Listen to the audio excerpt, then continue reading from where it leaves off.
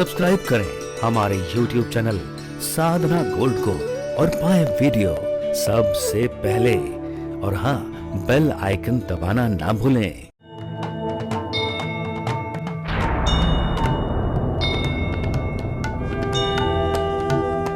जब हमारे भीतर भाव हो तो उस भाव के बंधन में बंधकर ठाकुर अवतरित होते हैं। कभी राम के रूप में, कभी कृष्ण के रूप में, कभी कपिल जी के रूप में,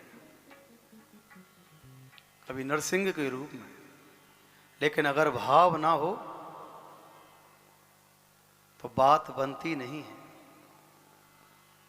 पूछते रहते हैं ना, क्या भाव है आज, क्या भाव है आज। जब संसार का व्यक्ति भाव के पीछे दौड़ रहा है, ठाकुर को क्या समझा भैया? वो बिना भाव के आएंगे क्या? पहले भाव पता चले कितना है, कैसा है। और भाव भी अगर है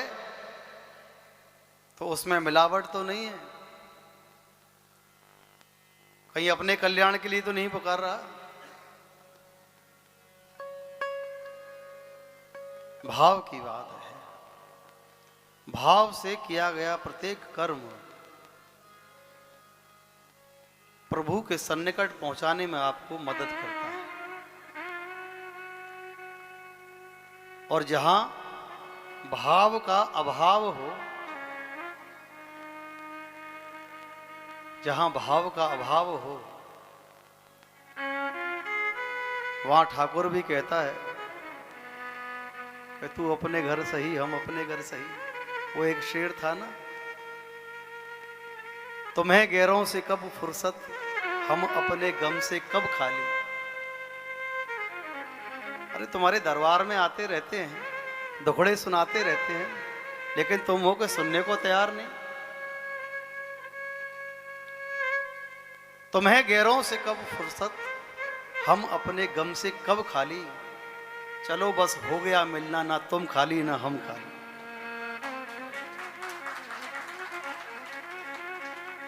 लेकिन इतनी अड़ी हुई बात कहने वाला भगत भी चाहिए, हर किसी के बस की बात नहीं है। जिसका ठाकुर से ऐसा प्रेम हो कि प्रेम के अधिकार से अपने आराध्य को कुछ भी कह दे। ब्रजवासी ग्वालवाल कन्हैया का कान पकड़ के उसे घोड़ा बना देते हैं। लाला बहुत देर रह गई खेलते खेलते, सारे ब्रज को राजा को छुरा है तो जे मत समझियो, अब हमारी बारी है, घोड़ा बन, पीठ पे बैठेंगे हम। और ठाकुर जी घोड़ा बनते हैं और ब्रजवासी बालक उनकी पीठ पर बैठते हैं। आज अगर कोई ब्रजवासी ये कहे हम तो ब्रजवासी हैं, ठाकुर जी तो हमारा सखा है, क्या इतने कहने से काम हो जाता है? जो ब्रजवासियों का प्रेम है, निष्ठा है अपने आराध्य के प्रति, ठाकुर के प्रति, और जो अपनापन है, अपनपो है, जो अपनापन है, जिस अपनेपन के कारण सभी ग्वाल वाल कन्हैया के साथ मथुरा चले गए थे। लाला हम चल रहे हैं, हम देखेंगे वह कन से कैसो कन से। वो अपने जीवन की परवाह ना करे, ठाकुर के लिए अपना सर्वस्व न्यौछावर कर दे और एकमात्र अपने आराध्य को ही अपने जीवन का सर्वस्व समझ ले। इसीलिए कहते हैं जीवन में एक संत, एक कंत, एक पंथ और एक मंत्र होना आवश्यक है। हम लोग भटकते बहुत हैं, लेकिन जो भटकने वाले लोग हैं ना, वो भटकते तो बहुत हैं लेकिन पहुंचते कहीं भी नहीं। एक संत, जीवन में एक संत होना चाहिए। अगर एक बार किसी को गुरु बना लिया तो बना लिया, उसके प्रति फिर पूर्ण निष्ठा। एक संत, एक कंत, आराध्य भी एक होना चाहिए। वैसे तो सभी ठाकुर जी के स्वरूप हैं, लेकिन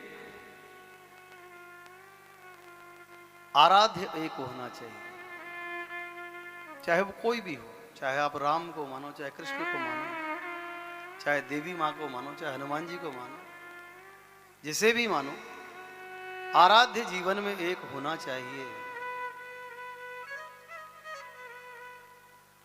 लेकिन जीव की मति देखिए, 15 किलोमीटर दूर मनोकामना पूर्ण हनुमान जी पर भोग लगाने के लिए जाता है, लेकिन घर के बराबर में जो हनुमान जी का मंदिर है वहां नहीं जाता। अरे भैया, मनोकामना की पूर्ति तो घर के बगल वाले हनुमान जी भी कर सकते हैं। तेरी निष्ठा में कमी है, निष्ठा होनी चाहिए। तो एक संत एक कंत, आराध्य एक हो, एक पंथ, एक रास्ता हो, चाहे वो किसी भी संप्रदाय से जुड़ता हुआ हो, चाहे वो निम्बार्क संप्रदाय से जुड़ता हुआ हो, चाहे वल्लभ कुली संप्रदाय से जुड़ता हुआ हो, चाहे राधा वल्लभी संप्रदाय से जुड़ता हुआ हो, चाहे तकिया स्थान संप्रदाय से जुड़ता हुआ हो, लेकिन पंथ एक होना चाहिए। जब गुरु कह दे कि तुझे अब इसी मार्ग पर चलना है, चाहे कांटे मिले, चाहे कंकड़ मिले, चाहे धूप मिले,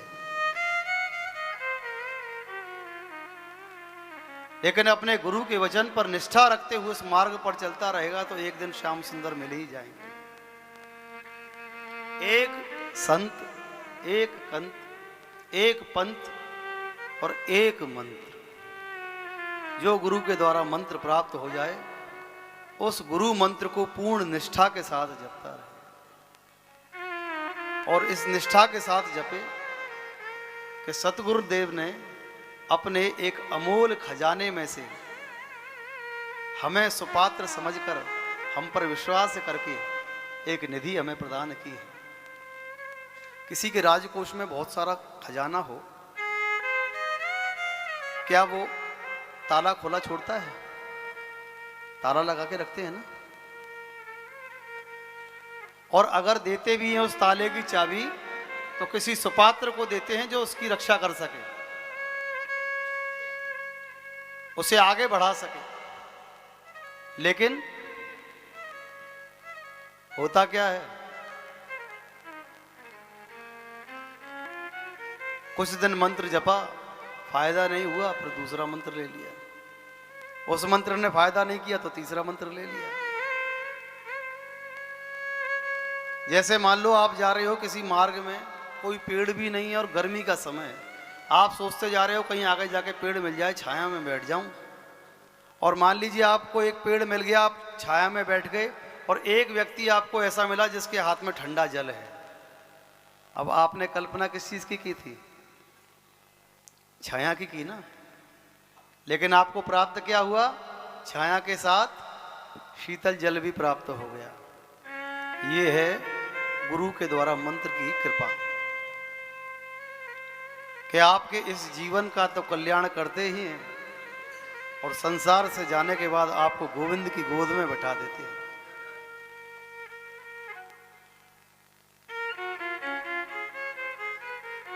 तो एक संत, एक कंत, एक पंथ और एक मंत्र के प्रति निष्ठा रखें।